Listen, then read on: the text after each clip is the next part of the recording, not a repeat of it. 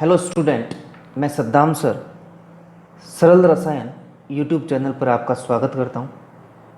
हम अपने previous video में हेलो एल्केन का सामान्य परिचय तथा उनका वर्गीकरण के बारे में पढ़ा था। आज हम पढ़ेंगे हेलो एल्केन के नामकरण के बारे में। तो शुरू करते हैं हम हेलो एल्केन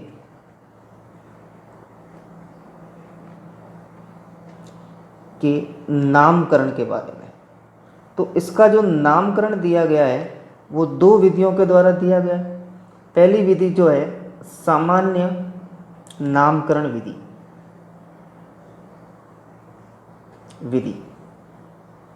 दूसरी विधि जो है हमारी वो है IUPAC नामकरण विधि।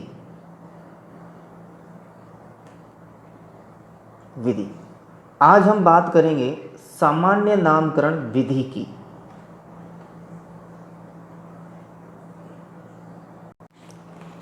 सामान्य नामकरण विधि में सबसे पहले हम नामकरण सीखेंगे मोनोहेलाइड का।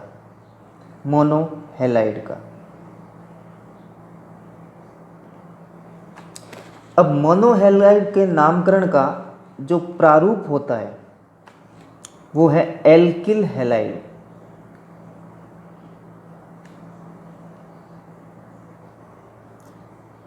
एल्किल कार्बन परमाणुओं की संख्या को बताता है, की संख्या को प्रदर्शित करता है। कहने का मतलब मेरा यहाँ पर यह है कि उस यौगिक में कितने कार्बन परमाणु हैं उसको एल्किल से लिखेंगे। एक कार्बन परमाणु है तो मेथिल, दो कार्बन परमाणु है तो एथिल, तीन कार्बन परमाणु है तो प्रोपिल। इसी तरीके से आगे क्रम चलता जाएगा। सबसे पहले हम सरल उदाहरण लेते हैं। पहला एग्जाम्पल लिया CH3Cl। CH3Cl मतलब एक कार्बन को बोलते हैं मेथ, और प्रारूप के अनुसार बनाना है मेथिल, और जुड़ा हुआ है क्लोरीन तो हो जाएगा मेथिल क्लोराइड। इसी तरीके से दो कार्बन वाला हैलाइड लें तो इसका नाम हो जाएगा एथिल क्लोराइड। इसी तरीके से तीन कार्बन वाला यौगिक लें तो हो जाएगा प्रोपिल क्लोराइड।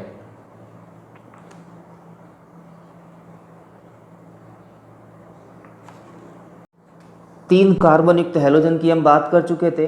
आगे बात करते हैं कि यदि कार्बन की संख्या 4 हो तो उसका नाम कैसे होगा। तो यहाँ पर मैंने 4 कार्बन परमाणु लिए और एक सीधी श्रृंखला है, तो सीधी श्रृंखला होने के कारण इसको बोलेंगे N, और 4 कार्बन है इस कारण से इसको बोलेंगे ब्यूटिल, और Cl जुड़ा हुआ है इस कारण से इसको बोलेंगे ब्यूटिल क्लोराइड। तो इस तरीके से इस यौगिक का नाम हुआ हमारे पास N ब्यूटिल क्लोराइड। आगे देखें CH3 CH CH3 CH2 Cl। अब यहाँ पर फर्स्ट और सेकंड कार्बन पर एक CH3 समूह उपस्थित है तो इसको बोलेंगे iso butyl chloride.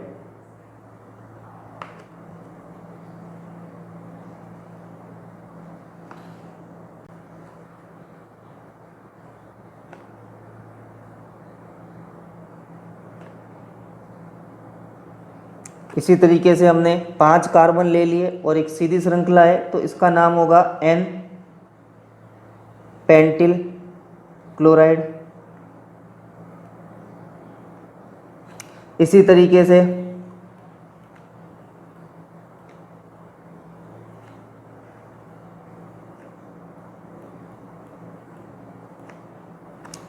Second carbon पर एक CH3 हो तो इसको बोलेंगे आइसो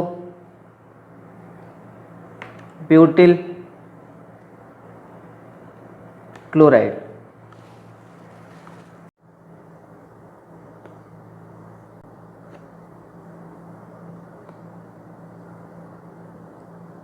यहाँ हमने 5 कार्बन लिए और सीधी श्रृंखला है तो N pentyl chloride.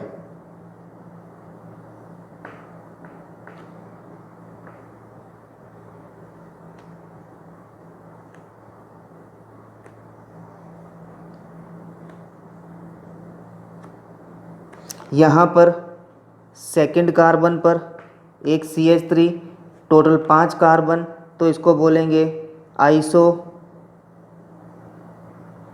Pentyl chloride.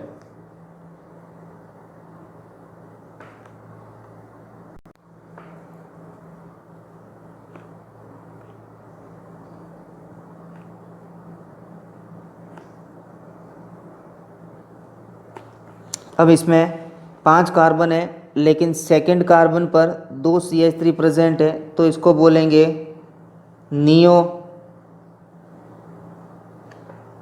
Pentyl chloride. तो क्लियर है आपको कि सेकंड या सेकंड लास्ट कार्बन एटम पर एक CH3 प्रेजेंट हो तो उसको बोलते हैं आइसो, और 2 CH3 प्रेजेंट हो तो उसको बोलते हैं नियो। अब आगे बात करें कि इफ सेकंड या सेकंड लास्ट कार्बन पर नहीं हो और किसी दूसरी जगह पर प्रेजेंट हो कार्बन एटम या मेथिल समूह, तब कैसे नेमिंग होगी।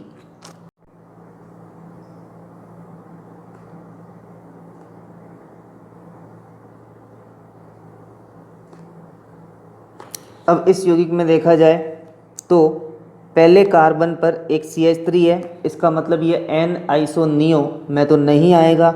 तो अब इसकी नेमिंग कैसे करेंगे। इस कार्बन को देखें, ये कार्बन कितने डिग्री का है, तो ये कार्बन डायरेक्टली 2 एल्किल समूह से जुड़ा हुआ है, तो ये कार्बन हो गया 2 डिग्री हो गया। और टोटल कार्बन जो है वो कितने हैं, 4 के लिए आ गया ब्यूटिल, और पीछे लग जाएगा क्लोरीन जुड़ा है, इस कारण से ब्यूटिल क्लोराइड। तो ये हो गया हमारा 2 डिग्री ब्यूटिल क्लोराइड।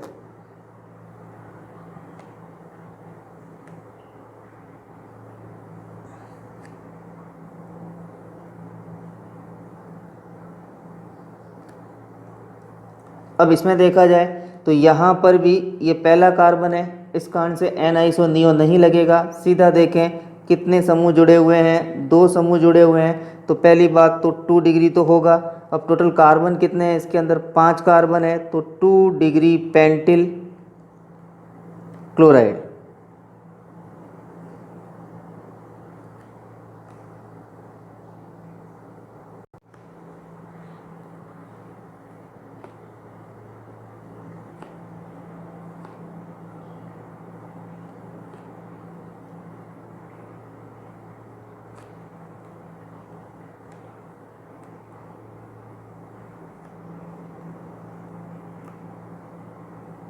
पहले बात करते हैं हम इसकी।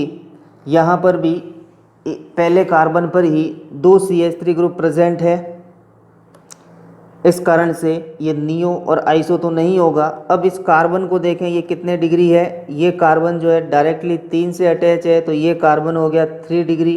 और टोटल कार्बन जो है इसके पास कितने हैं, 4, तो 3 डिग्री या टर्सरी ब्यूटिल क्लोराइड या तृतीयक ब्यूटिल क्लोराइड। इसी तरीके से इसमें देखें तो ये कार्बन भी 2 CH3 से जुड़ा हुआ है, लेकिन ये CH3 जो है फर्स्ट सेकंड कार्बन पर नहीं है, फर्स्ट कार्बन पे, तो इस कारण से इसमें नियो और आइसो का यूज़ नहीं होगा। अब यहाँ पे कहने का मतलब ये डायरेक्टली कितने से अटैच है, 3 से अटैच है, तो इस कारण से ये क्या हो जाएगा, 3 डिग्री हो जाएगा। और टोटल कार्बन यहाँ पर देखा जाए तो 5 है, तो इसका नाम हो गया 3 डिग्री पेंटिल क्लोराइड।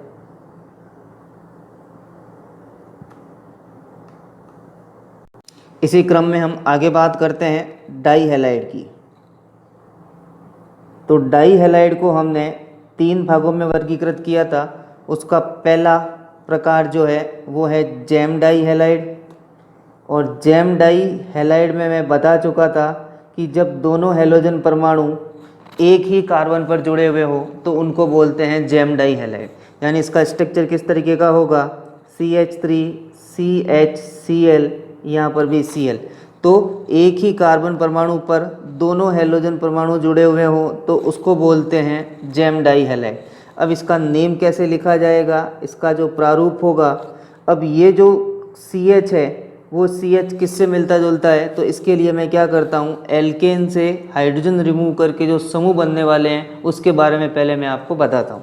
तो यहाँ पर देखें, ये हमारे पास CH4 यानी कि मैथेन यानी कि मैं कह सकता हूँ यहाँ पे एल्केन में से एक हाइड्रोजन रिमूव कर दिया जाए तो बन गया CH3 यानी बन गया हमारे पास मैथिल यानी कि एल्किल।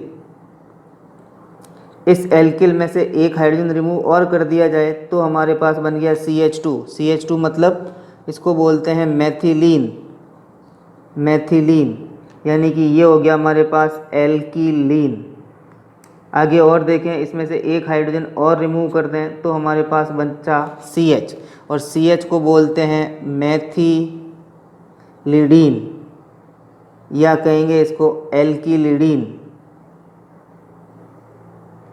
तो अब इसमें ये परमाणु देखा जाए और ये परमाणु देखा जाए, इस समूह को बोलते हैं एल्कीलीडीन। तो इसका प्रारूप क्या होगा, एल्कीलीडीन हैलाइड। ये होगा जेम डाई हैलाइड का प्रारूप। अब इसके एग्जाम्पल की नेम की बात करें तो सबसे पहले लिया हमने CH3CHClCl। तो अब यहाँ पर 2 कार्बन है तो बोलेंगे इसको एथिलीडीन क्लोराइड। यहाँ पर डाई नहीं लगाएंगे, CH का मतलब एथिलीडीन होता है और एथिलीडीन का मतलब यहाँ पे देखा जाए तो 3 वैलेंसी खाली, 3 में से 1 वैलेंसी पर CH3 प्रेजेंट है तो बाकी 2 को कौन फुलफिल करेगा, Cl फुलफिल करेगा। तो इस कारण से हमें यहाँ पे डाई हैलाइड लिखने की ज़रूरत नहीं है। और एग्जाम्पल लें इसका,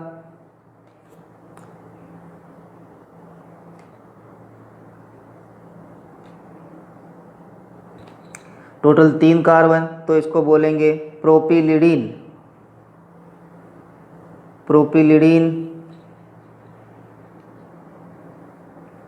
क्लोराइड।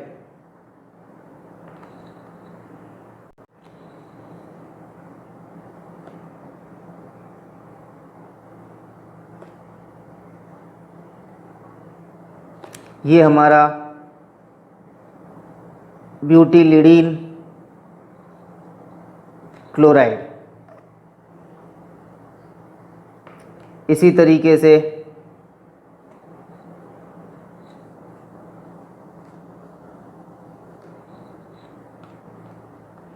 ये हमारा पेंटिलिडीन क्लोराइड। तो आपको दूसरा जो प्रकार है हमारा वो है विस डाई हैलाइड। विस डाई हैलाइड का जो प्रारूप है वो प्रारूप होता है एल्कीलीन हैलाइड। अब यहाँ पे एल्कीलीन हैलाइड क्यों बोला है, क्योंकि इसमें देखा जाए कि CH2 Cl और Cl ये जो समूह है वो एल्कीलीन समूह है यानी कि मैथिलीन समूह है।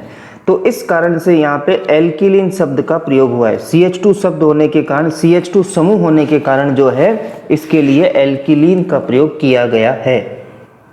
अब देखें इसके उदाहरण। तो पहला उदाहरण CH2 यहाँ पर Cl, यहाँ पर Cl, यहाँ पर 2 कार्बन है तो इसको बोलेंगे एथिलीन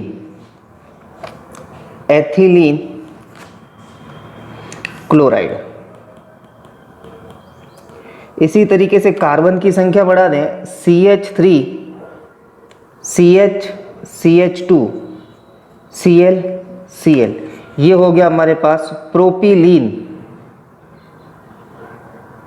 क्लोराइड।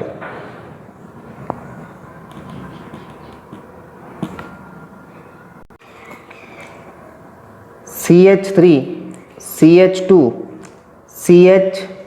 CH2 यहाँ पे Cl, यहाँ पे Cl, 4 कार्बन हो गए तो ये हमारा हो गया ब्यूटिलीन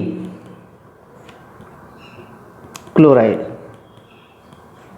इसी तरीके से आगे देखें CH3 CH2 CH2 CH CH2 Cl Cl, ये जो हमारा होगा पेंटिलीन क्लोराइड। तो इस तरीके से विस डाइहैलाइड का सामान्य नाम होता है। नेक्स्ट है हमारा अल्फा ओमेगा या अंतस्थ डाइहैलाइड।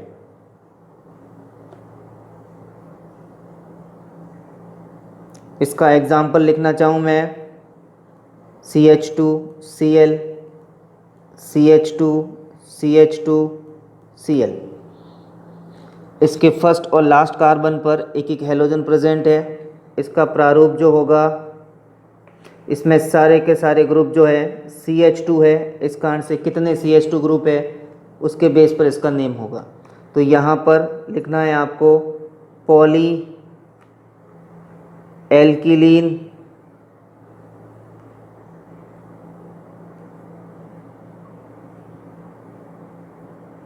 हैलाइड। तो इसमें टोटल 3 मैथिलीन है, तो बोलेंगे ट्राई मैथिलीन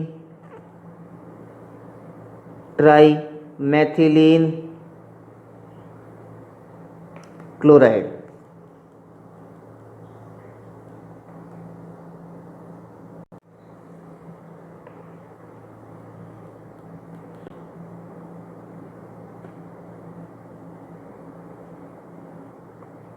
इसमें 4 मैथिलीन है, तो इसको बोलेंगे टेट्रा मैथिलीन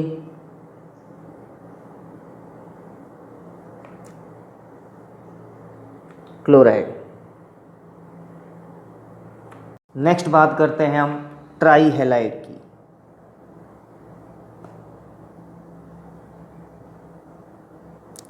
ट्राई हैलाइड का जो प्रारूप है वो लिखते हैं हम हेलो फॉर्म। इसका जनरल एग्जाम्पल आपने बहुत बार सुना होगा, जो कि निश्चितक के रूप में काम में आता है। पहला एग्जाम्पल लें इसका CHCl3 यानी कि क्लोरोफॉर्म। और एग्जाम्पल की बात करें CHBr3 यानी कि ब्रोमोफॉर्म। और एग्जाम्पल की बात करें इसके अंदर CHI3 यानी आयोडोफॉर्म। तो इस तरीके से ट्राई हैलाइड का नामकरण होता है। नेक्स्ट बात करें हम यहाँ पे टेट्रा हैलाइड। तो टेट्रा हैलाइड का जो प्रारूप होगा वो है कार्बन टेट्रा हैलाइड। एग्जाम्पल देखें, इसके नाम होगा कार्बन टेट्रा क्लोराइड। अगला CBr4 कार्बन टेट्रा ब्रोमाइड। तो इस तरीके से आप इनकी नेमिंग समझ चुके हैं। यदि आपको ये वीडियो पसंद आया तो इसे लाइक करें, शेयर करें, सब्सक्राइब करें और नोटिफिकेशन बेल पर ज़रूर क्लिक करें ताकि आने वाले मेरे वीडियो के बारे में आपको जानकारी हो सके। धन्यवाद। सुप्रभात।